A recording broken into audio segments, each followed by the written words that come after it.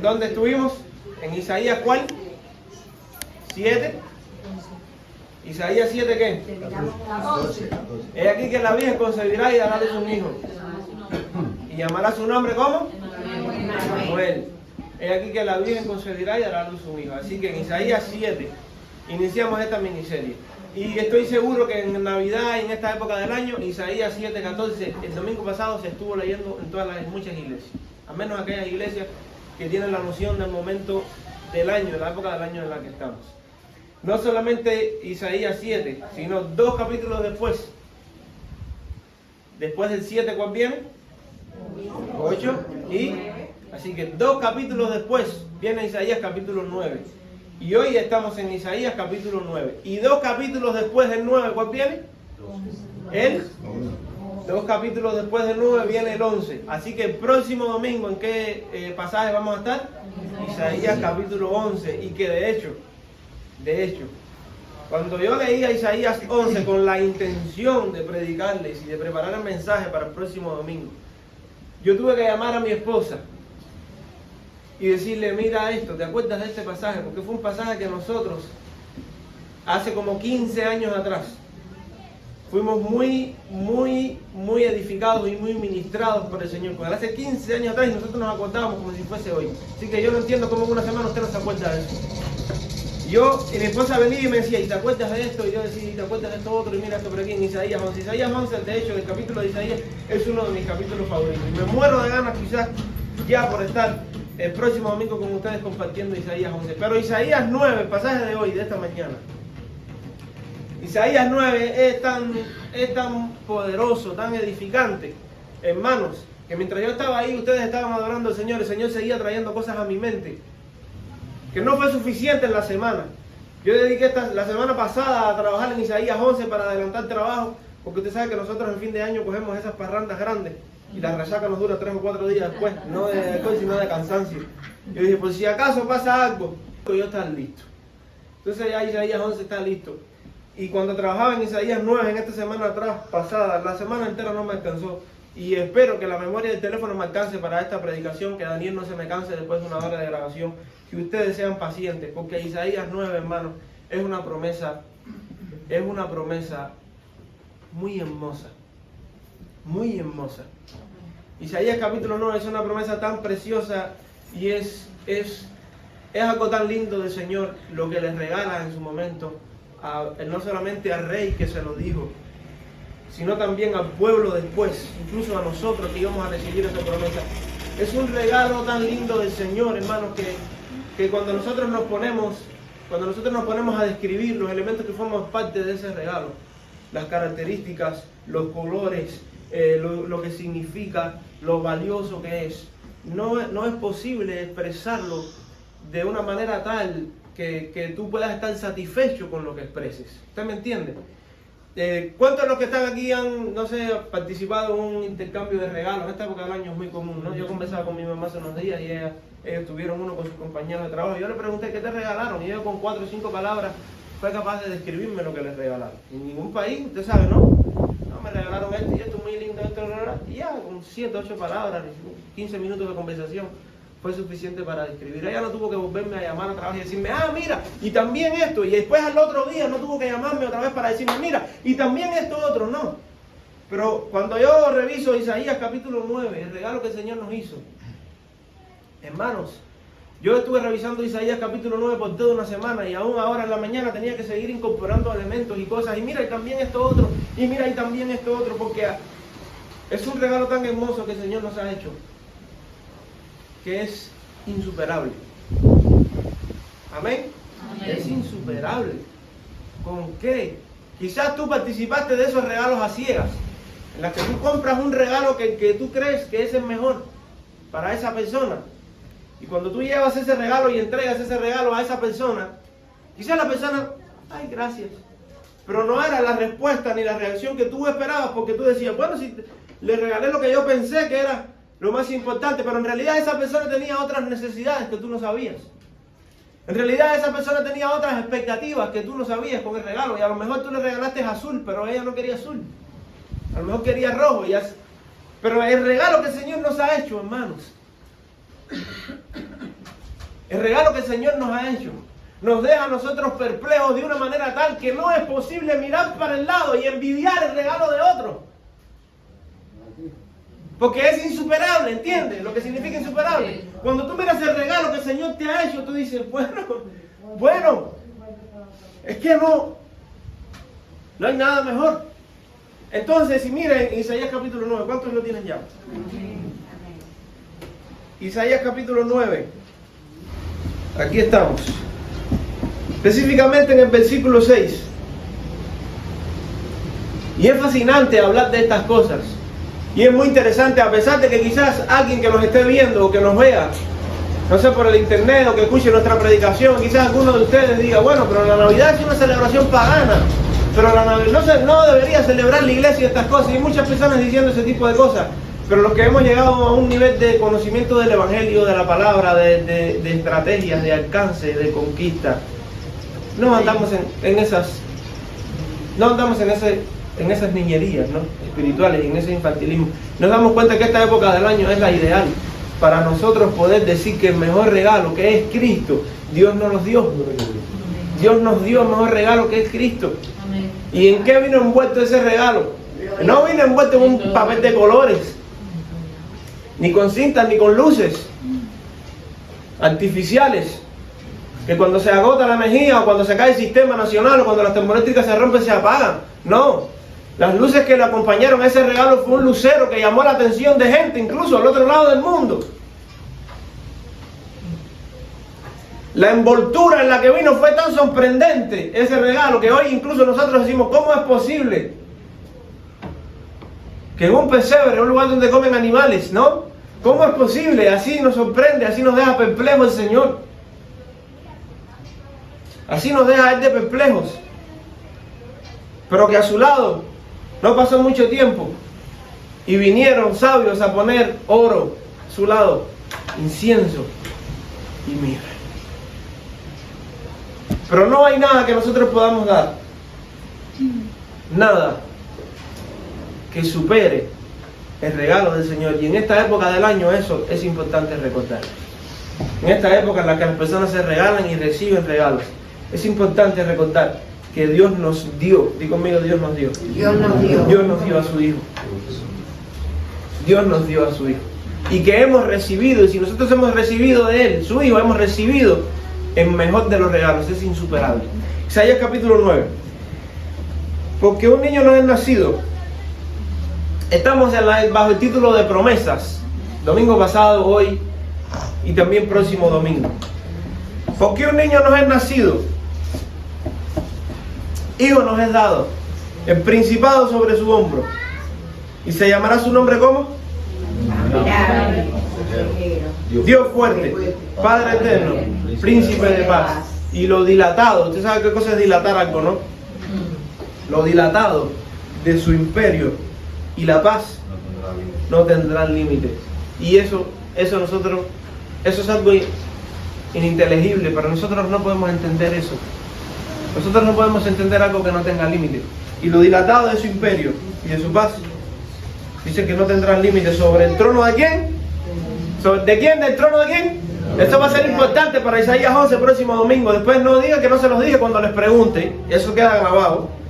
Lo dilatado de su imperio y su paz no tendrán límite. Sobre el trono de David, sobre su reino, disponiéndolo y confirmándolo en juicio, en justicia, desde ahora y para siempre. El amor, eso es lo que significa la palabra ahí hebrea. El amor, el celo de Jehová de los ejércitos hará esto. El amor de Jehová de los ejércitos hará esto. Juan 3:16, ¿qué dice? De tal manera amó Dios al mundo. ¿Y qué dice Isaías 9:7 en la última parte? El amor, el celo de Jehová hará esto. ¿Qué cosa hará el amor de Dios? ¿Qué cosa hará el celo de Dios? Porque un niño no es nacido y un hijo no es dado. Y ese es el mensaje de la Escritura desde Génesis hasta Apocalipsis. Hay un solo mensaje. Por lo cual, ¿qué hacemos nosotros entretenidos en otras cosas y perdiendo el enfoque de aquel que nos ha sido prometido desde el principio hasta el fin, que es Cristo Jesús? Padre, te damos gracias, y mientras estudiamos tu palabra, Señor, permítanos aprender, ser ministrados, edificados por el poder de tu Espíritu Santo. Te damos a ti la gloria y nos ponemos en tus manos en esta hora, Señor. Recibe y muévete entre nosotros. Recibe toda alabanza, Señor. En el nombre de Jesús. Amén. Y en nuestra profecía anterior, en Isaías capítulo 7, 14, nosotros recordábamos que se había hecho un anuncio que en cierta medida también contenía elementos para que ocurriesen sobrenaturales. ¿Sí o no? ¿Por qué? Porque normalmente las mujeres que son vírgenes no conciben en su vientre, ¿no? ¿O sí? No. Así que si mañana llega tu hija, ¡ay, mira lo que me salió aquí! Normalmente no. Pero aquí ocurrió una intervención. Aunque hay muchos que han hecho eso. No lo sé, mamá, mira, la barriga me empezó a crecer, yo no he hecho nada. No. Ni siquiera con María fue así, porque María concibió en su vientre ¿de quién? Del Espíritu Santo.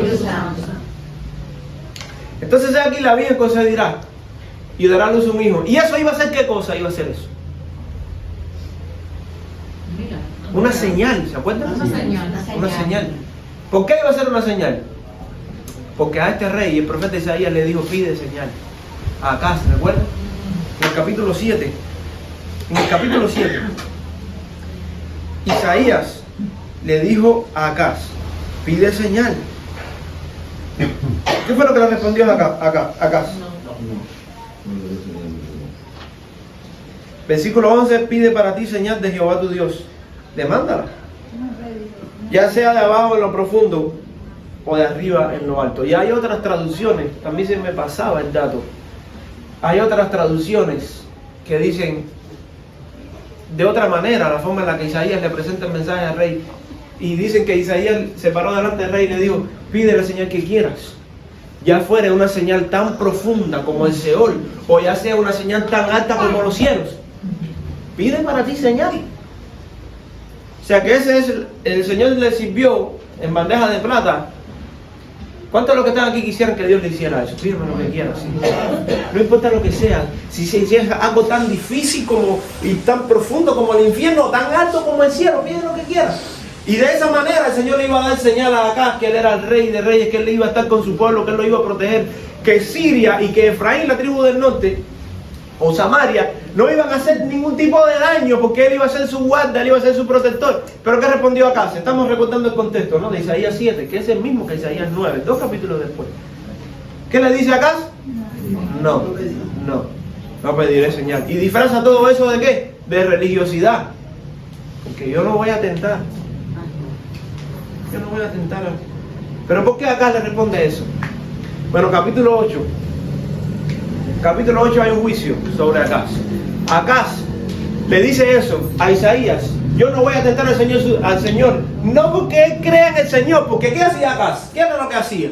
Bueno, Acaz quitó todos los utensilios del templo de valor. Acaz cerró las puertas del templo para que nadie más fuera. Acaz cogió sus hijos y los sacrificaban en fuego a los dioses falsos. Acaz estuvo en los caminos de sus padres, los cuales trajeron corrupción espiritual sobre la nación de Israel, andando en todos los ídolos. Así que Acaz era un rey idólatra. Acaz no le importaba mucho ni tentar a Dios. De hecho, ni siquiera le importaba a Dios. Pero ¿por qué motivos Acaz le dice a Isaías, no, yo no voy a pedir señal? Porque ya Acaz tenía en su mente el pensamiento de ir y hacer una alianza con Asiria. ¿Recuerdan? Reino del Norte, su hermano que se había dividido, estaba conspirando con el rey Resín y el rey Peca, rey de Siria y rey del norte, estaban conspirando y habían hecho una alianza para venir nuevamente y tomar Jerusalén. Y este acá, que estaba solo en Asma, dijo, bueno, ¿qué hago? Y comenzó a temblar su corazón. Recuerden cómo el viento hace temblar los árboles, y no solamente el corazón del rey, sino también el corazón del pueblo. Y en ese contexto, recuerden, él le dijo, sube al estanque, a la era del lavador. ¿Qué es lo que hace un lavador? ¿Qué cosa es lavar? ¿Y qué cosa es limpiar? Quitar el churre de las ropas. Entonces ahí era donde estaba Acaz, y ahí fue donde Isaías fue. ¿Entiende el simbolismo? Usted entiende el simbolismo. Un rey que estaba con sus ropas llenas de sangre por sacrificar a sus hijos para los ídolos. Un rey que estaba lleno de adulterio, de fornicación, de mentira, de chisme, y estaba ahora en la era, en el lugar, en el campo del lavador, y en ese lugar es donde Isaías llega con un mensaje. Pero acá le dice, no, yo no voy a pedir señal, porque usted sabe qué quería hacer Acaz. Acaz ya tenía en su mente el deseo y la intención de ir y hacer una alianza con Asiria. Asiria era el imperio más poderoso de la época. La capital de Asiria era Nínive. ¿Se acuerdan de Nínive? ¿Dónde se menciona Nínive en la Biblia también? Jonás. Y dice, perdón, para el tiempo de Jonás, que Nínive era una ciudad que se tardaba ¿cuánto en caminar? 3 días de camino. Así que tú comenzabas a caminar hoy. El segundo día todavía no se había acabado Nínive. Al tercer día no se había acabado Nínive. Cuando se acababa el tercer día, ahí se acabó de caminar. Así que imagínense la extensión territorial que tenía la ciudad. Y los asirios, y los ninivitas eran personas odiosas, eran personas criminales, eran personas sanguíneas, eran personas violentas, tan sanguíneas eran, que el propio Jonás, siendo un profeta, dijo, yo no quiero ir ahí, no quiero que esa gente se salve. Porque el nivel de maldad de los ninivitas, de los asirios, o sea, de la gente con la que Acaz quería hacer alianza, su nivel de maldad era tan alto, su nivel de maldad era tan grande, eran tan violentos ellos, que ni siquiera los profetas de Dios querían que esa gente se arrepintiera. Pero Acaz le dice al Señor, no te voy a pedir a ti ninguna señal. Y en el capítulo 8 está caminando Acaz hacia Asiria, haciendo una alianza con el rey de Asiria. Y tenemos un capítulo 8, y todo esto lo digo para que usted se acuerde de todo el contexto, del momento en el que es dada esta palabra, y también de todas las cosas que sucedieron después de esta palabra, previas a Isaías capítulo número 9. Si tú vas a Isaías capítulo 8, en Isaías capítulo 8, tú te vas a dar cuenta que el profeta comienza diciendo, usted conmigo testigos, en el versículo número 1, me dijo Jehová, toma una tabla grande, escribe en ella con caracteres legibles, tocante a Maher Salal Hasbat. Maher Salal Hasbat era un hijo que iba a tener Isaías. Y me llegué a la profetisa, o sea, la esposa de Isaías, la cual concibió y dio a luz un hijo. Y me dijo Jehová, ponle por nombre Maher Salal Hasbat, porque antes de que el niño sepa decir Padre mío y Madre mía, será quitada las riquezas de Damasco y los despojos de Samaria delante del rey de ¿quién? De Asiria. Damasco era la capital de Siria. Así que el rey de Siria, Rezín y Peca y todos los que habían conspirado contra Acaz iban a ser destruidos. Y el profeta le está diciendo ahora eso a Acaz. Tú hagas lo que hagas, yo los voy a destruir, decía el Señor por medio del profeta Isaías. Hagas tú lo que hagas. Entonces en el versículo 5, otra vez volvió Jehová a hablarme diciendo, por cuanto desechó este pueblo las aguas de Siloé, que corren, ¿recuerdan el estanque de Siloé? Que corren mansamente, y esa es la propuesta del Señor. Esos son los caminos del Señor. Esa es la senda del Señor. Una senda que Él ha creado, un estanque que Él ha creado, un estanque que corre mansamente, pero el pueblo lo desecha, el rey lo desecha, por cuanto desechó este pueblo las aguas de Siloé, que corren mansamente, y se regocijó en Rezín con el hijo de Remalías. He aquí, por tanto, que el Señor hace subir sobre ellos aguas de ríos, ¿cómo? Impetuosas. Ustedes desechan las aguas mansas que vienen del Señor. Ok. Entonces ahora el Señor va a enviar sobre ustedes aguas impetuosas, y muchas. O sea que van a ser muchas. Esto es el rey de ¿quién? De Asiria. O sea, las aguas impetuosas que el Señor va a mandar sobre Acaz, sobre su reino y sobre Jerusalén, ¿quién va a ser? No va a ser un río, no va a ser un tsunami, no. Va a ser el rey de Asiria, el rey en el que tú fuiste a buscar socorro. Ese mismo rey va a venir sobre ti y te va a destruir. Así le decía el Señor, con todo su poder, el cual subirá sobre todos tus ríos y pasará sobre todas tus riberas, y pasando hasta Judá, inundará y pasarán delante y llegarán hasta la garganta, y extendiendo sus alas llenará la anchura de tu tierra, oh Emmanuel. Entonces decía el Señor: reuníos pueblos y seréis quebrantados, oíd todos los que sois de lejanas tierras, ceñíos y seréis quebrantados, disponeos y seréis quebrantados. O sea que cualquiera que intente pelear contra esta gente que el Señor ha levantado, cualquier pueblo que se reúna, que hagan campaña, el Señor enviará juicio, y el juicio que el Señor enviará estará en las manos, la espada estará en las manos del rey, al cual el rey Acaz fue a refugiarse. Así que tenemos que tener mucho cuidado por cuáles cosas nosotros cambiamos al Señor. Porque por las mismas cosas que nosotros cambiemos al Señor, por esas mismas cosas nosotros seremos destruidos. Porque me dejaron a mí, dice el Señor.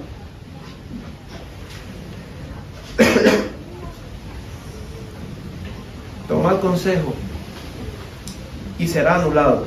Proferir palabra y no será firme, porque Dios está con nosotros.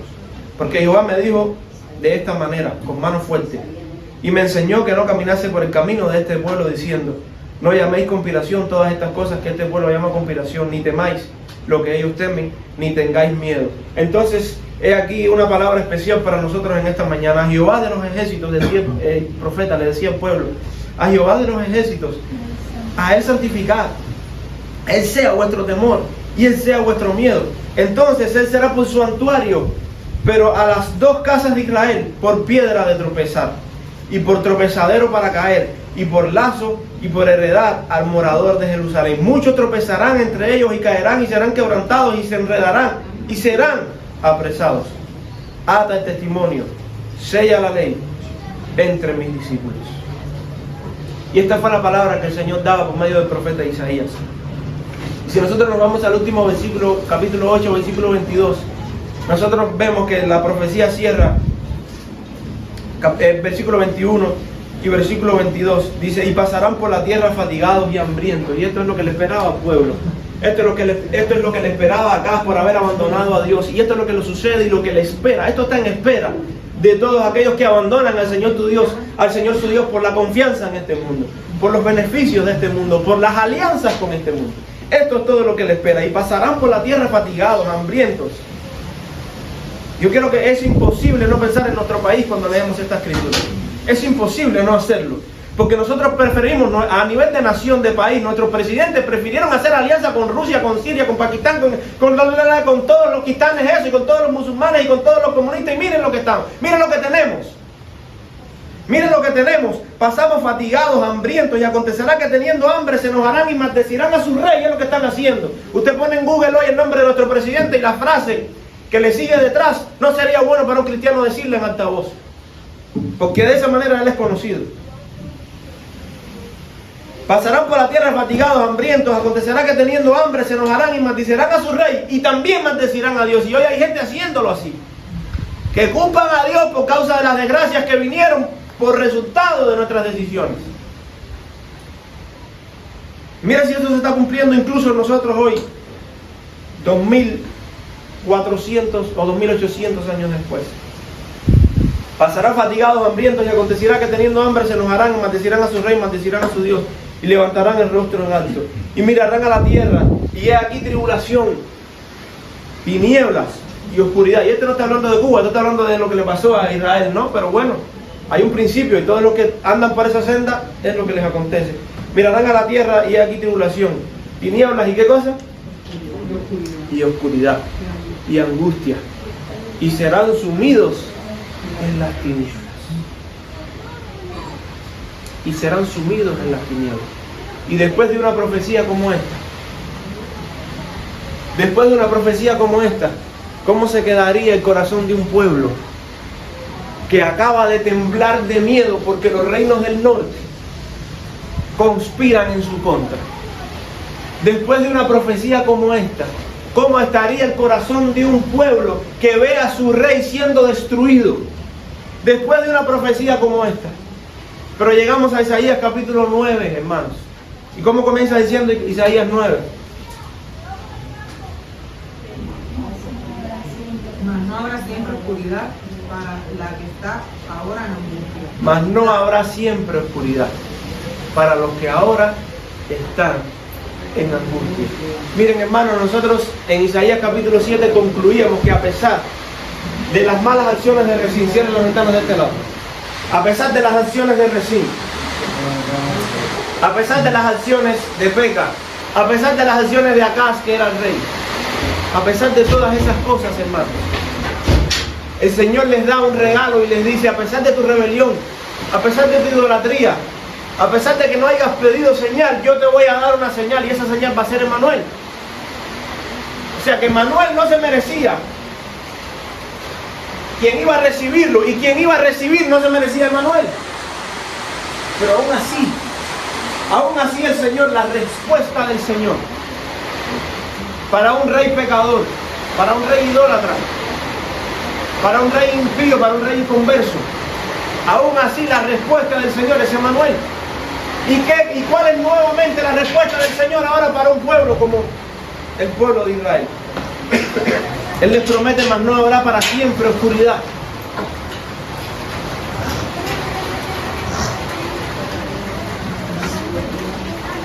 Para la que está ahora en angustia. Israel se encontraba en angustia y nuestra nación hoy se encuentra en angustia. Aún así, ¿qué le dice el Señor? No habrá para siempre oscuridad. ¿Cómo continúa diciendo Isaías 9? ¿Cómo continúa Isaías 9? Tal como la aflicción que le vino en el tiempo que livianamente tocaron la primera vez a la tierra de Zabulón y a la tierra de Neftalí, pues al fin llenará de gloria el camino del mar, de aquel lado del Jordán, en Galilea de los gentiles. Un pueblo que andaba en tinieblas vio gran luz. Y los que moraban en tinieblas, sombra de muerte, luz les resplandeció sobre ellos. Entonces, comienzan los versículos 1 y 2 diciendo: mas no habrá para siempre oscuridad, para la que está ahora en angustia. Termina en el versículo número 2 diciendo: el pueblo que andaba en tinieblas, ¿qué hizo? Vio gran luz. El pueblo que andaba en tinieblas vio gran luz. Los que moraban en tierra de sombra de muerte, luz resplandeció sobre ellos. ¿Y cuál era la tierra que estaba en tinieblas? ¿Cuál era la tierra que estaba en oscuridad? ¿Cuál era la tierra que estaba en angustia? ¿Y cuál fue la tierra que dejó de estar en angustia, que dejó de estar en tinieblas? Bueno, aquí no nos dice, ¿no? Mas no habrá para siempre oscuridad. Versículo 1 y 2, por favor, síganlo conmigo. Para la que está ahora en angustia, tal como la aflicción que vino en el tiempo que livianamente tocaron la tierra de ¿qué? Por primera vez, ¿la tierra de qué? ¿La tierra de qué? ¿Y qué más? La que sigue leyendo. La tierra de Neftalí. No se la dé toda a Zabulón, dásela a Neftalí también, que viene detrás. La tierra de Zabulón y a la tierra de Neftalí, pues al fin llenará de gloria. ¿Cuál? ¿Qué cosa? ¿Quién? ¿Qué camino? El camino del mar. Y aquel lado de Jordán, Galilea de los gentiles. ¿A quién puede ir, por favor, a Mateo capítulo 4, versículo 13?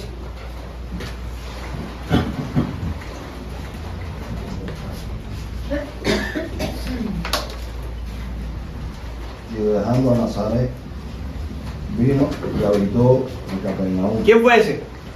Jesús. Estamos en Mateo capítulo 4, 1, ¿no? Mateo narra la historia de Jesús. ¿Qué hizo? Dejando Desde Nazaret, vino y habitó en Capernaum, ciudad marítima, y en la región de Zabulón y Neftalí. ¿En la región de quién? De Zabulón y Neftalí. ¿Quién fue ese? Jesús. Dice que él, dejando Nazaret, vino y habitó ¿dónde? ¿En dónde habitó? En Capernaum. ¿Capernaum era una ciudad qué cosa? Marítima. Marítima. Entonces estamos en Isaías: mas no habrá para siempre oscuridad, para la que está ahora en angustia, tal como la aflicción que vino en el tiempo de que livianamente tocaron la tierra de ¿qué? De Zabulón, la tierra de Neftalí, pues al fin llenará de gloria el camino de ¿quién? ¿Dónde estaba Capernaum? Si era una ciudad marítima, del otro lado de Jordán, en Galilea de los gentiles. Entonces Mateo 4 dice que Jesús dejó Nazaret y vino a Capernaum, que era una ciudad marítima, o sea, que estaba en camino del mar. Vino a la región de Zabulón y de Neftalí. ¿Para qué? Para que se cumpliese lo dicho por Isaías cuando dijo: tierra de Zabulón, tierra de Neftalí, camino del mar, al otro lado de Jordán, Galilea de los gentiles, el pueblo que estaba en tinieblas vio gran luz. Y luz les resplandeció. Entonces, cuando él llegó a Capernaum, a la tierra de Zabulón y a la tierra de Neftalí, ¿Cómo termina diciendo el versículo 17 de Mateo 4? Comenzó Jesús a predicar y a decir: arrepentidos, porque el reino de los cielos se ha acercado. ¿Dónde comenzó a predicar Jesús? ¿Dónde comenzó Jesús la predicación de su ministerio? Donde Isaías le dijo a Acaz: no habrá para siempre oscuridad. No habrá para siempre oscuridad para la que está ahora en angustia. No habrá para siempre oscuridad para la que ahora está en angustia. Como la aflicción que vino tocando a la tierra de Zabulón y la tierra de Neftalí, pues al fin llenará de gloria el camino del mar. ¿Dónde vivía Pedro y su hermano Andrés? En Capernaum. ¿Dónde comenzó a hacer Jesús sus milagros? ¿Dónde comenzó a llamar a sus primeros discípulos? Puedes seguir en Mateo capítulo 4, un poco más abajo, te encuentras a Jesús llamando a Pedro.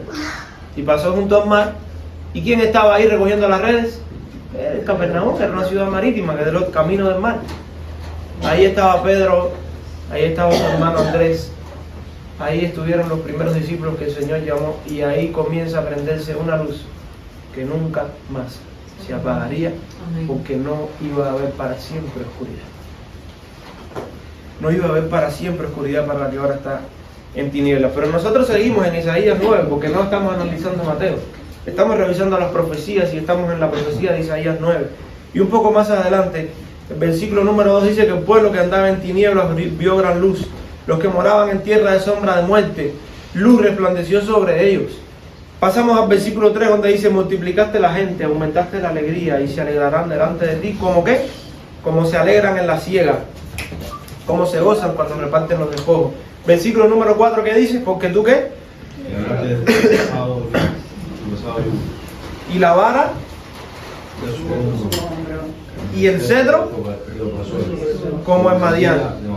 Porque todo calzado que lleva el guerrero en el tumulto de la batalla y todo manto revolcado en sangre serán quemados pastos del fuego. Entonces la profecía de Isaías y la profecía mesiánica de Isaías capítulo 9, en realidad, si nosotros leemos Isaías 6 y 7, porque un niño nos es nacido, hijo nos es dado, estamos tomando solo una parte de la profecía. Porque la profecía en realidad inicia en el capítulo número 9. Yo con todas las intenciones dije Isaías 9, 6. Pero la profecía comienza un poco más atrás y nos perdemos parte del regalo si no analizamos y si no revisamos la totalidad de la profecía, porque en el capítulo 9, versículo 4 y versículo 5 hay unas promesas sin iguales que nos muestran a nosotros el preámbulo de lo que haría aquel niño llamado Emanuel, nacido de una virgen, que ya había sido anunciado y que ahora mismo estaba nuevamente volviendo a ser anunciado, porque tú quebraste su pesado yugo. ¿Quién quebró el pesado yugo? Porque tú quebraste, dice Isaías 9, ¿no? Isaías capítulo 3 dice: tú multiplicaste la gente, aumentaste la alegría, se alegrarán delante de ti como se alegran en la siega, como se gozan cuando reparten despojo. Y este versículo 3 es fascinante porque esto se está cumpliendo hoy, hermano. Esto se está cumpliendo hoy. Aunque usted no se alegre, aunque usted cuando cante esté ahí muerto, hay otra gente que sí se está alegrando. Hay otra gente que en la presencia del Señor se está alegrando. Como se alegra el hombre cuando va a la siega y dice: me parió y recogí más de lo que esperaba. Recogí, como se alegró usted cuando el pastor llegó los frijoles ayer, o antier.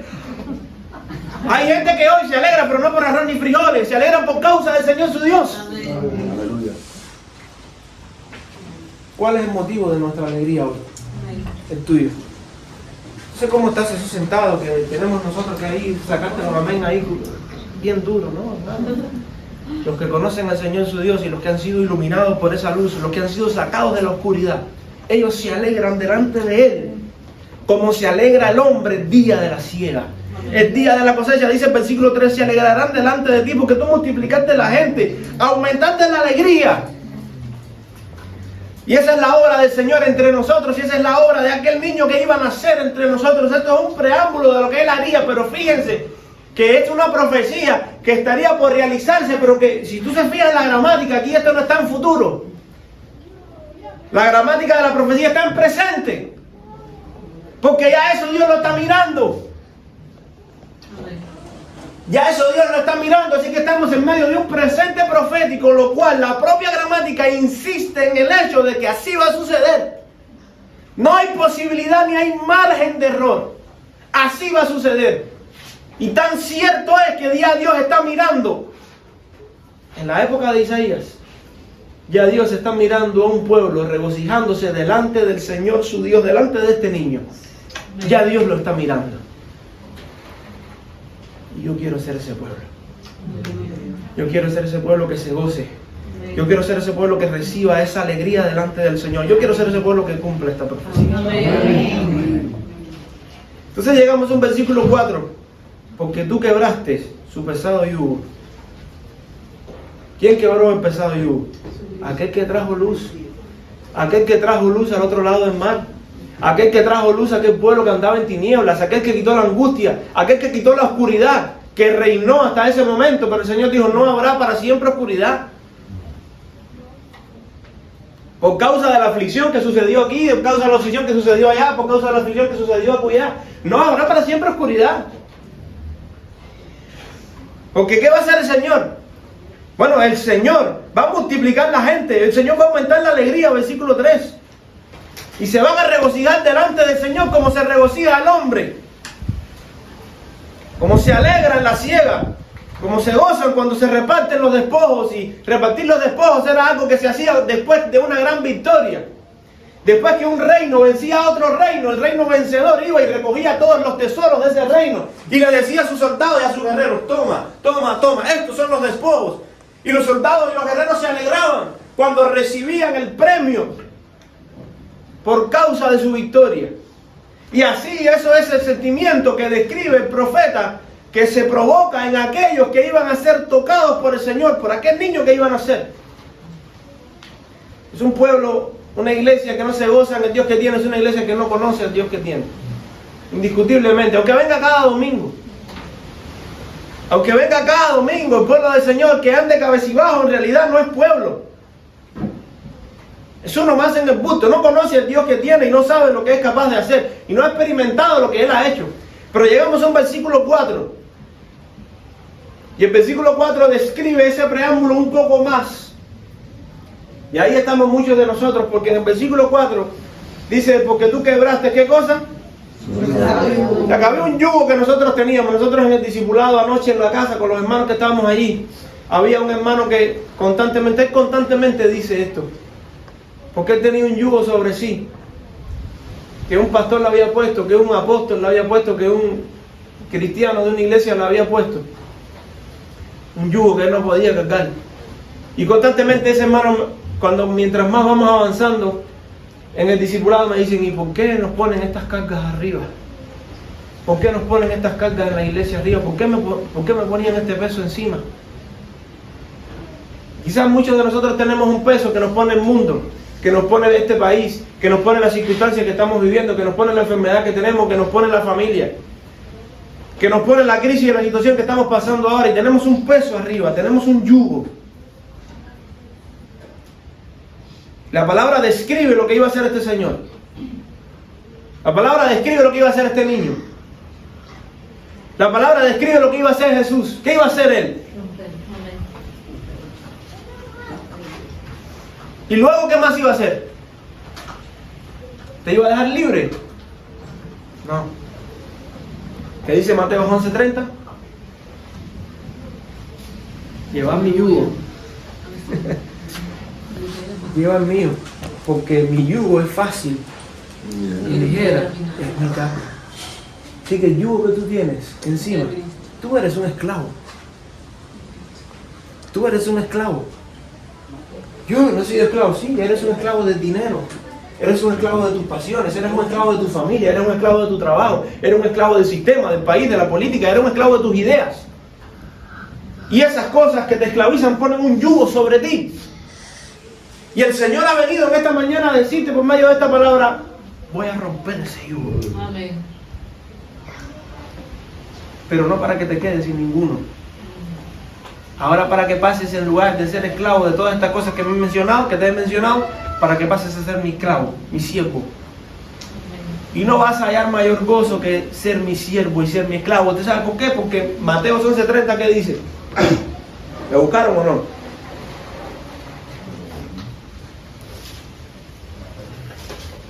¿Qué dice Mateo 11:30? Otro por allá que me busque primera de los Corintios 15, que vamos después en algún momento a buscarlo para no tardarnos tanto. Porque mi yugo es fácil y ligero mi carga. Entonces el Señor iba a quebrar nuestro pesado yugo. El yugo pesado que tenemos, que no nos deja avanzar, que sentimos que no progresamos, que no avanzamos en la vida. El Señor iba a quitar ese yugo, va a romper. Tú quebraste su pesado yugo. ¿Y qué más dice que quebró? La vara, ¿de qué? De su hombro. De su hombro. La vara de su hombro. ¿Qué significa la vara de su hombro? Todos entendimos perfectamente qué cosa es el yugo, ¿no? Pero ¿qué significa la vara de su hombro? Hoy no lo entendemos, ¿eh? Hoy no lo entendemos porque hoy tenemos otro sistema de carga. ¿Cómo cargamos hoy las cosas? ¿Cómo las cargamos hoy? Bueno, la gente más civilizada y los más modernos tienen estos maletines que tú le haces crac, crac, crac. ¿Por qué inventaron eso? Para no llevar en una vara como antes. Y el bultico de tela atrás amarrado con las cosas. Porque así eran los maletines de rueditas del tiempo Isaías. Y el Señor te dice, voy a quebrar tu pesado yugo y voy a quitar la vara de tu hombro. ¿Qué dice Mateo 11:28? Venid a mí todos los que estáis trabajados y cargados y yo os haré descansar. Estás cansado, estás cargado. Venid a mí todos los trabajados y cargados. Y así andas tú. Así andas tú por la vida ahí con la vara aquí, con la maleta aquí, cargado. ¿Y qué te dice el Señor? Suelta eso. Vine a quitarte eso. Primero te dice, ven a mí. Amén. Venid a mí. ¿Quiénes? 25 porque no hay capacidad para más. Todo. Entonces el que no viene, ¿por qué cosa hay? Bueno, ¿qué quiere? No quiere venir. No es porque no tenga carga. Porque hay muchos que llevan la carga, el peso, el yugo, sin saber que lo llevan. Y son esclavos de lo que no saben que son esclavos. Pero el Señor te dice, ven a mí. Ven a mí, le decía Isaías al rey, sea Jehová vuestro temor. Sea Jehová, Dios vuestro temor. Entonces el Señor te dice, ven a mí porque yo voy a quitar qué cosa en esta profecía.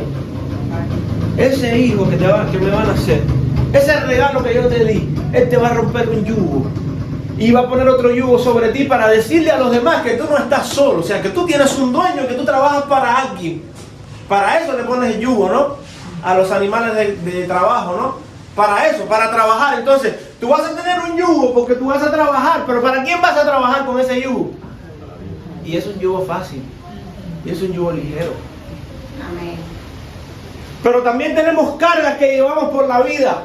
Con ellas y el Señor te dice, ven a mí, yo voy a quitar todas esas cargas. Si estás trabajado, si estás cargado, ven. Y yo te voy a hacer descansar porque ya os prometí que ese niño iba a quitar la vara de tu hombro.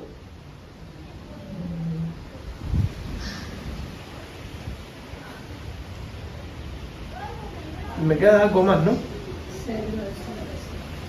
Él dice que iba a quebrar 3 cosas. ¿Cuáles son las 3 cosas que él iba a quebrar? Porque tú quebraste. Él dice que iba a quebrar. No. Él dice que quebró. ¿Cuáles son las 3 cosas? Número 1, su pesado yugo. Número 2, la vara de tu hombro. Y número 3, el cetro de tu opresor. ¿Qué cosa es un cetro? ¿Qué cosa es un cetro?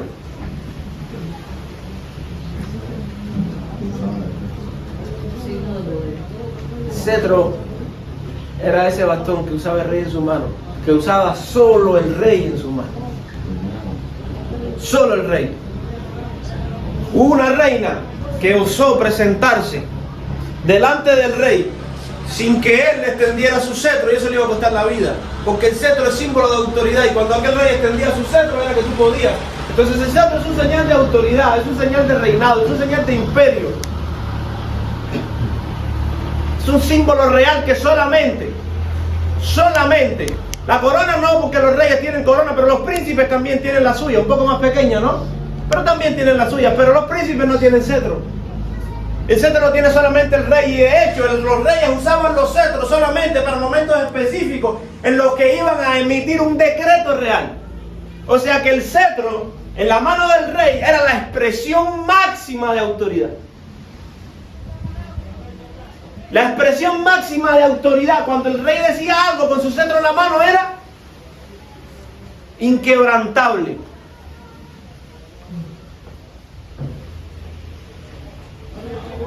Y el Señor iba a quebrar el pesado yugo. Iba a quebrar la vara de nuestro hombro. ¿Y qué iba a quebrar? El cetro. ¿De quién? De tu opresor. Yo les mandé a buscar 1 Corintios 15, 55, ¿no es cierto? ¿Nadie lo buscó? Vamos a ver. Hasta el 57. ¿Dónde está, oh muerte, tu aguijón? ¿Dónde se procuró tu victoria? Ya que el aguijón de la muerte es el pecado, y el poder del pecado, la ley, más gracias sean dadas a Dios, que nos dio la victoria por medio de nuestro Señor Jesucristo. 1 Corintios 15, 57. El cetro de nuestro opresor nunca fue el rey de Asiria, nunca fue el rey de Siria, nunca.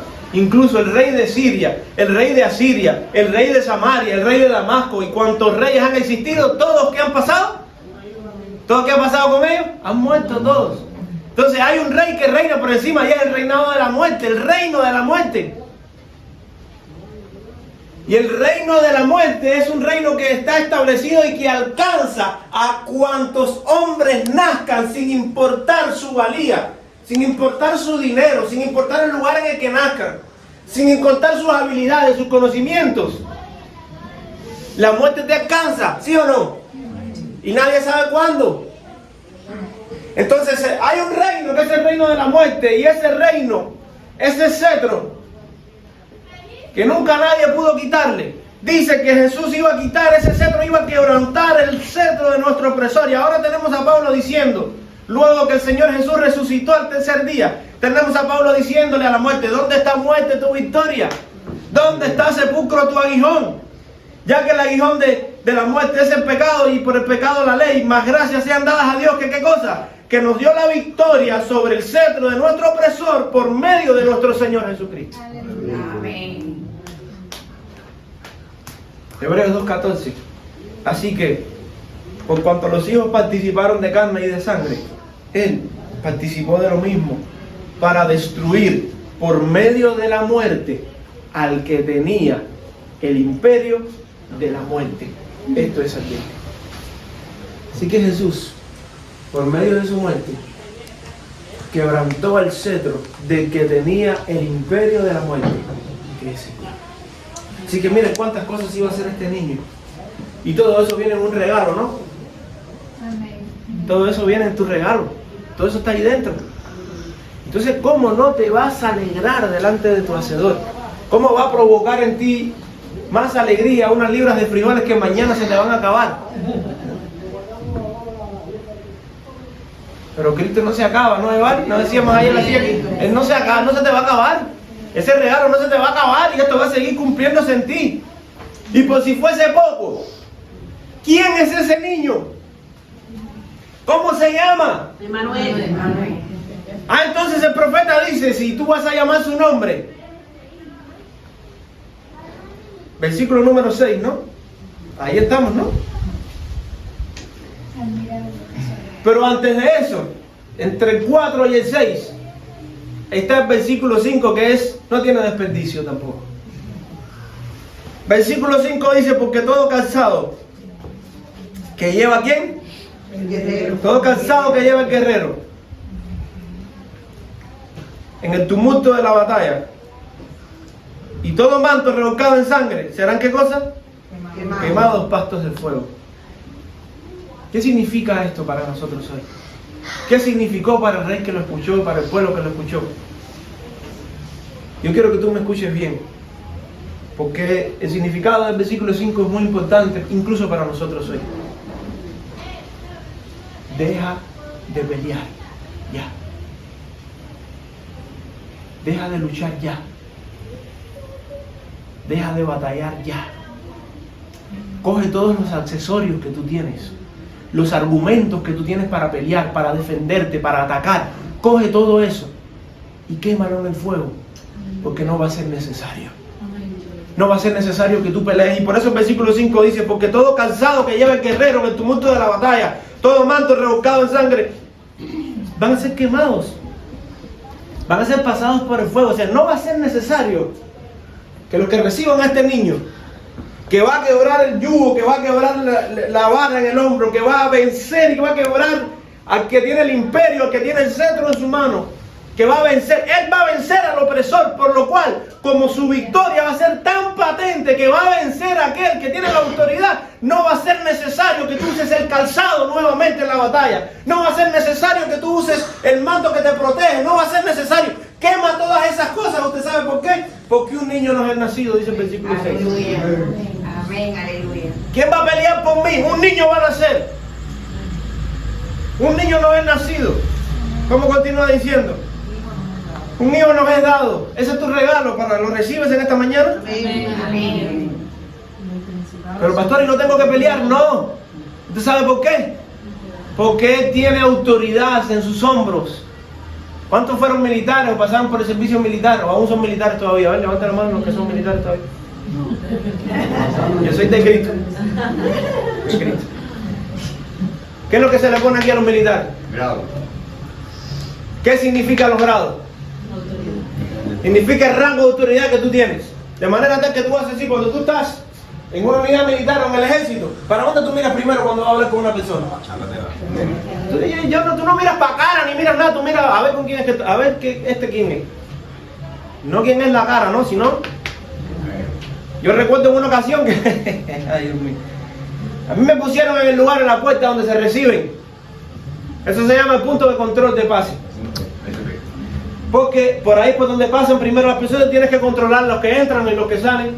Y depende de quién entre, depende de la cortesía que tú tienes que rendir. Y hay todo un protocolo para eso. Eso es complicado. Eso no es así como así. Hay todo un protocolo. Yo imagínense, yo vengo de un almacén. Yo era el jefe de logística. Mi trabajo era más bien con civiles. Yo ni andaba vestido de militares, pero faltó alguien allá arriba. Y me dijeron: oye, Anderson, tienes que ir cubrir hasta que aparezca alguien. Vete para allá arriba ahí, pues si viene alguien importante. Y con tan mala suerte. Yo me he visto, me pongo mi cartel rojo aquí al lado. Yo era jefe de aquello y yo andaba como una autoridad. Y yo miraba a los muchachos y los muchachos se me dicen: jefe, punto de control de pase. Todo eso tiene una sigla, JPCP. Eso no es así como así, eso es complicado. Ese era mi grado. El jefe, punto de control de pase, y yo tenía otros dos guardias que estaban por debajo de mí. Y viene un guas. Se me parquea justamente en la puerta. Y yo tenía que salir marchando. Pero yo estaba acostumbrado a recibir gente que no, los que no tenían mucha autoridad y los que no tenían muchas estrellas en sus hombros. Ellos me hacían así: abre, olvídate de. Yo tenía que salir marchando para allá. Y compañero tenía que mirar para los hombros. Fíjate la cara. Recuerda, ¿no? La cara que importa. Tú tenías que mirar para sus hombros y depende de las estrellas, los grados, las palomas que tuviera, tú tenías que dirigirte. Si era un capitán, compañero, capitán, jefe, punto de control de pase, Anderson, Afonso, ¿no? Y decía, continúa. Y ya yo tenía que abrir la puerta. Ese era el protocolo. Yo estaba acostumbrado a ver una estrella, que es el mayor en mi tiempo. A ver 2 estrellas cuando más, que era teniente coronel. Nunca había visto 3 estrellas que eran coronel. Nunca. Y después la primera llega un guas y se parquea aquel guas muy limpio. Y me llamó la atención: qué limpio está este carro, qué bueno está. Y todo el mundo: oye, mira qué clase hay, quién vendrá y quién vendrá. Y yo salgo para allá mandado, y cuando hago así, era cuando aquellos jefe ejército occidental de Puerto Cinta Fría. Era una rama que yo en mi vida había visto eso. Eso no lo había visto yo en los estudios aquellos que te dan en la previa cuando te dicen: este grado era el que tenía Fidel aquí. Pero Fidel después tenía otras cosas que solamente tuvo él. Los demás generales, cuerpo de ejército o general de ejército tenían una rama con una pila de estrellas por ahí para arriba. Hasta aquí tenían estrellas esa gente. Y yo cuando llego tan muriado, Y aquel hombre empieza a reír y dice, ¡guau, guau! Me dice, ábrame. Yo decía, ¿qué grado es esto? Yo no sé, ¿qué cosa es esto? Entonces este niño aquí no dice que tiene ni una estrella, ni una rama. El principado dice, él tiene la autoridad aquí. Así que cuando tú miras al niño, si quieres ni mires la cara del niño, ¿no? Si quieres mira para el hombro del niño. Entonces ya no pelees. Nosotros quiero decirte que yo ese día al saber que ese hombre estaba ahí adentro, yo me sentí seguro. Yo dije, oye, aquí sí no va a pasar nada. Oye, aquí sí no va a pasar nada, porque ¿quién está allá adentro? Allá adentro está un caballón. ¿Quién va a venir aquí a hacer qué? Si el tipo que anda atrás de ese es un tipo que te da una patada al un poste. ¿Quién va a venir aquí a hacer algo si ese es? Porque tiene autoridad. Tiene autoridad. Entonces nosotros, hermanos, tenemos a alguien que nos ha sido dado.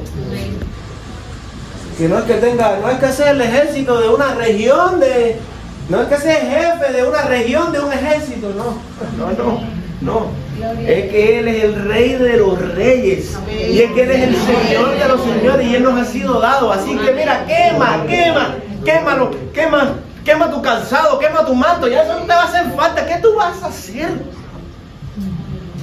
¿Qué logro, qué mérito vas a tener tú con tus habilidades y tus capacidades? ¿Qué? Si a ti te ha sido dado alguien que tiene en sus hombros. Se llamará. ¿Cómo se llamará? Manuel se llamará en Isaías 7:14, pero aquí no se llama Manuel. Aquí no.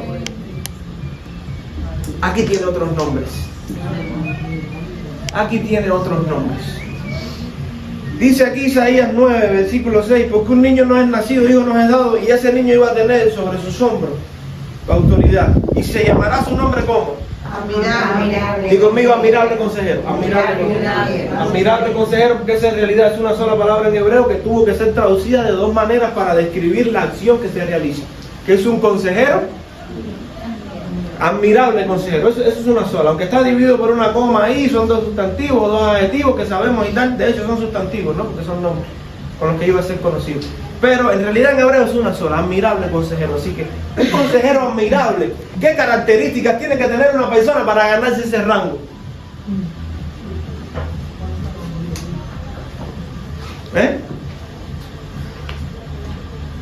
Así que aquí quizás nosotros estamos enfrente de una información previa de quién iba a ser Jesús. A lo cual, 1 Corintios 1:30 nos dice que Él es la sabiduría de Dios. Mas por Él estáis vosotros en Cristo, dice 1 Corintios. Por Él estáis vosotros en Cristo Jesús, el cual ha sido hecho por Dios sabiduría, justificación, santificación y redención. Así que Él tiene toda la sabiduría. Tanta tiene que se ha ganado el título, el nombre de un admirable consejero. ¿Cuál es el segundo nombre que se menciona? De hecho, ¿cuántos nombres se mencionan ahí? 4. Y hasta que no veamos los 4 no nos vamos a ir. Así que en primer lugar tenemos admirable consejero. En segundo lugar, ¿qué nombre tenemos? Dios fuerte. Ay, te digo, Jehová, corre, cambia, traduce, inventa. Deja de leer eso. No lo creas y dale una vuelta. ¿Por qué? Porque ¿cuál iba a ser el nombre? ¿Quiénes llaman a ese niño hoy Dios fuerte? ¿Nosotros? Nosotros lo llamamos así. Tú te sientas con un testigo de Jehová, con otra persona te dice, no, él no es Dios. Bueno, ¿cómo iba a ser su nombre? ¿Cómo tienes que llamarlo tú? Admirable consejero. No, pero ¿cómo más? Dios fuerte. Padre.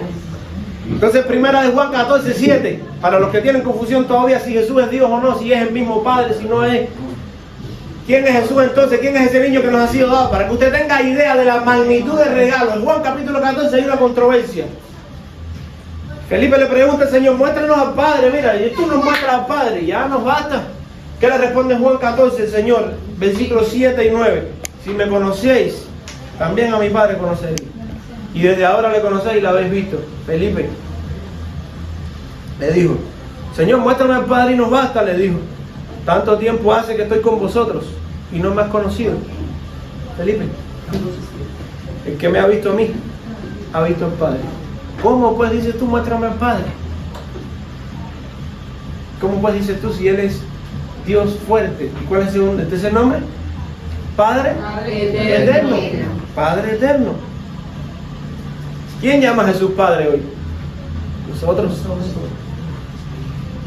Él es Padre, uno son. Él es Padre, uno son. De hecho, Él es el Padre hecho carne entre nosotros. Él es el Padre hecho hombre. Aquel Logos se hizo carne y habitó entre nosotros y vimos su gloria. ¿El último nombre cuál es? Príncipe. Se llamará su nombre admirable consejero. Dios fuerte. Padre eterno. Príncipe de paz. Para los judíos nunca entendieron la deidad del Mesías. Nunca lo creyeron. De hecho, ¿por qué lo crucificaron? Porque se hacía igual a Dios. Pero ya era algo, eso era algo que ya había sido predicho, ¿sí o no? ¿Cómo iba a llamarse su nombre? Entonces, cuando nosotros hoy, 2800 años después, o cuando la gente de la época de Jesús, 2000 años atrás, llamaban a Jesús Dios, llamaban a Jesús Padre, llamaban a Jesús Padre Eterno, llamaron a Jesús Dios Fuerte, todo eso acontecía para que se cumpliese la escritura que había sido dicha por el profeta Isaías, en Isaías capítulo 9, versículos 6 y 7, que ¿cómo se llamaría su nombre? Y así fue, y así es. Así es. ¿Sí, cuál fue el anuncio? Regresando ahora al último de los nombres, Príncipe de Paz. ¿Cuál fue el anuncio que se dio justo en el momento en el que Jesús nació? Justo en el momento, lo leímos ahorita por ahí, en Lucas capítulo 2. 14. Vale, vamos a ayudarle, pero no vamos a ponernos tanto.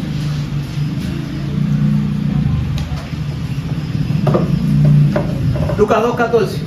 ¿Cuál fue el anuncio que se dio justo en el momento de Jesús nacer? Gloria a Dios en las alturas y en la tierra paz. Buena voluntad para todos. Gloria a Dios en las alturas y en la tierra. Paz. ¿Él es el príncipe de qué? De paz. Justo en el momento de nacer. Él no había hecho nada todavía. Lo único que había hecho fue nacer. Y ya los ángeles estaban diciendo gloria a Dios en las alturas y en la tierra paz. ¿Dónde estaba Él? ¿En lo de los cielos? No. Él estaba en la tierra y por eso la tierra iba a disfrutar, iba a ver. Iba a ser impactada por la paz de Él. ¿Qué dice Romanos capítulo 5 versículo 1? Para que usted se dé cuenta que Él realmente es el príncipe de la paz. ¿Quién es el príncipe? Alguien busca Romanos 5. ¿Quién es el príncipe? El hijo del rey, ¿no? El príncipe es el hijo del rey. Así que el hijo del rey era quien iba a traer paz. ¿Quién es el hijo del rey? Jesús. ¿Qué iba a traer Jesús? Paz. ¿Qué dice Romanos 1:5? Justificados pues por la fe tenemos paz para con Dios Por medio de nuestro Señor Jesucristo. Así que justificados pues por la fe, tenemos paz para con quién? Con Dios. ¿Por qué era necesario que fuese príncipe de paz? Porque tú y Dios estaban peleados.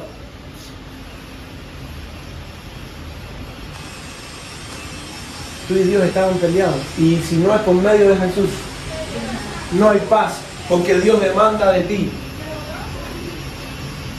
Dios demanda de ti que rectifiques y que corrijas tus errores. ¿Y con qué se corrigen los errores y con qué se corrige el pecado? ¿Con qué? Si no hay derramamiento de sangre, no hay qué cosa. Porque la paga del pecado, ¿cuál es? Entonces Dios está demandando de ti la muerte, que se derrame tu sangre, y esa es la enemistad que tú y yo teníamos con Dios. Pero damos gracias a Dios que justificados por la fe tenemos paz para con Dios por medio de nuestro Señor Jesucristo. Así que nuestro Señor Jesucristo es el príncipe de la paz y vino a traer paz entre nosotros y Dios. ¿Cuál es la palabra hebrea para paz? Creo que estoy en una aula. La palabra hebrea para paz es shalom. Shalom. De hecho, hay un coro que nosotros tenemos que es la traducción de un coro en hebreo. Alina, descúbreme ahí qué coro es este. Ebenu shalom alejem. Ebenu shalom alejem. Ebenu shalom alejem. Vamos. Ebenu shalom, shalom, shalom alejem. Yo tengo la paz de Cristo. Yo tengo la paz de Cristo. Yo tengo la paz de Cristo. Yo tengo paz, paz, paz, paz en mi corazón. Esa es la traducción. Yo estoy, no voy a decir cómo estoy. Porque hermano, esto es el cumplimiento de algo. ¿Usted sabe cómo se canta eso? Ven, vamos a hacer como... No, tiene lejizo. Eso se canta así, mira. Eso se canta así, mira. Eso se canta así, eso no se canta así, mira. Yo tengo la paz. Porque es algo que tú dices, me tocaba la cadena perpetua. Me tocaba la cruz. Y yo no sé cómo. Alguien me dijo, si crees en mí, si crees en mí, estarás en paz con Dios. Y vamos a probar, ¿no? Vamos a probar. Y hemos creído. ¿Y hoy qué podemos disfrutar todos nosotros? Vida eterna. Paz con Dios. Paz con Dios. Podemos disfrutar paz con Dios, pero el concepto de Shalom es mucho más que paz. Porque ¿qué cosa? ¿Cómo describimos hoy nosotros la paz? ¿Cómo tú describirías la paz? Hoy mucha gente describe la paz como la ausencia de guerra. Pero no es cierto. ¿Cuba está en guerra? ¿Y tenemos paz? Por lo cual la paz no es eso entonces. Shalom tampoco es solamente lo que nosotros entendemos por paz. Shalom también es todo un concepto bien precioso. De hecho, el concepto incluye también la idea de restaurar relaciones. El concepto de Shalom también encierra la idea de restaurar relaciones entre los pueblos, entre las naciones, entre las personas. O sea, de restaurar lo que se había quebrado y provocaba, o sea, lo que se había quebrado por una contienda, por una enemistad. Pero ya hoy no existe la enemistad. Lo que existe hoy es Shalom. O sea que fuimos por encima de lo que nos dividió. Y lo que antes nos dividía ya hoy no lo consigue. Y todo eso encierra, está dentro del concepto de Shalom. ¿Qué dice Efesios 2:14? Así que el concepto de Shalom encierra la idea, y el concepto de paz encierra la idea de restauración. La paz no es la ausencia de guerra, sino la paz es lo que vence a la guerra. Es lo que vence, y la paz es un estado en el cual tú estás, en el que también te encuentras completo. Pero antes vamos a ver la idea de restauración, la idea de unión entre naciones, entre pueblos, entre reinos. ¿Qué dice Efesios 2:14? Porque Él es ¿qué cosa? Nuestra paz. Él es nuestra paz. ¿Quién es nuestra paz? El niño que nos fue dado, según Isaías 9, versículo 6, porque un niño nos es nacido, hijo nos es dado, se llamará su nombre así, así, así, príncipe de paz. Y luego ahora Pablo en Efesios capítulo 2, versículo 14 dice, Él es nuestra Shalom, Él es nuestra paz, que de ambos pueblos hizo uno, derribando la pared intermedia de separación. Esa es la obra de Cristo en nosotros. Había un pueblo llamado Israel y había otros pueblos llamados gentiles. Israel se creía que iba a ser salvo por ser Israel. Como hay muchos hoy que se creen que van a ser salvos por ser cristianos, y es un gran error y una mentira de Satanás. Y hoy y como Israel despreciaba a los gentiles, que les llamaba a los perros, hoy hay muchos cristianos que miran a los que no lo son por encima del hombro. Pero ¿qué hizo el Señor? Él es nuestra paz. Él quitó esa pared intermedia de separación que nos era contraria, y de ambos pueblos Él hizo uno por medio de la fe en Cristo. Sin importar tu nación, sin importar de dónde seas, de dónde vengas, si hayas nacido en un hogar cristiano, si naciste en la calle como yo, ven. Y Él te hace un pueblo porque Él es nuestra paz. Amén. Ese es el concepto de Shalom. Pero no solamente ese, sino el concepto de Shalom es un estado, el concepto de paz. La paz es un estado en la que tú estás completo. Di conmigo completo. Porque si a ti te falta algo, aunque no estés en guerra como nosotros, ¿no? Si te falta algo, tú no estás en paz, ¿sí o no? No tienes paz en tu corazón. Pero ¿cómo no vas a tener paz en tu corazón si tú tienes una cuenta en un banco en Suiza? Si tú tienes gente que te ayuda del extranjero, si a ti tú tienes plata, tú vives en un lugar donde no se va la corriente. ¿Cómo que no tienes paz? No, no tengo paz, siento que me falta algo. Porque el concepto de paz encierra la idea también de estar en plenitud, de estar completo. Digo conmigo completo. Completo. Pero Efesios 2:14 dice que Él es nuestra paz. Por lo cual, ¿qué significa eso? Que nosotros estamos, ¿cómo? Completo. ¿Qué dice Colosenses 2:10? Colosenses 2:10. Y vosotros estáis completos en Él, que es la cabeza de todo principado y potestad.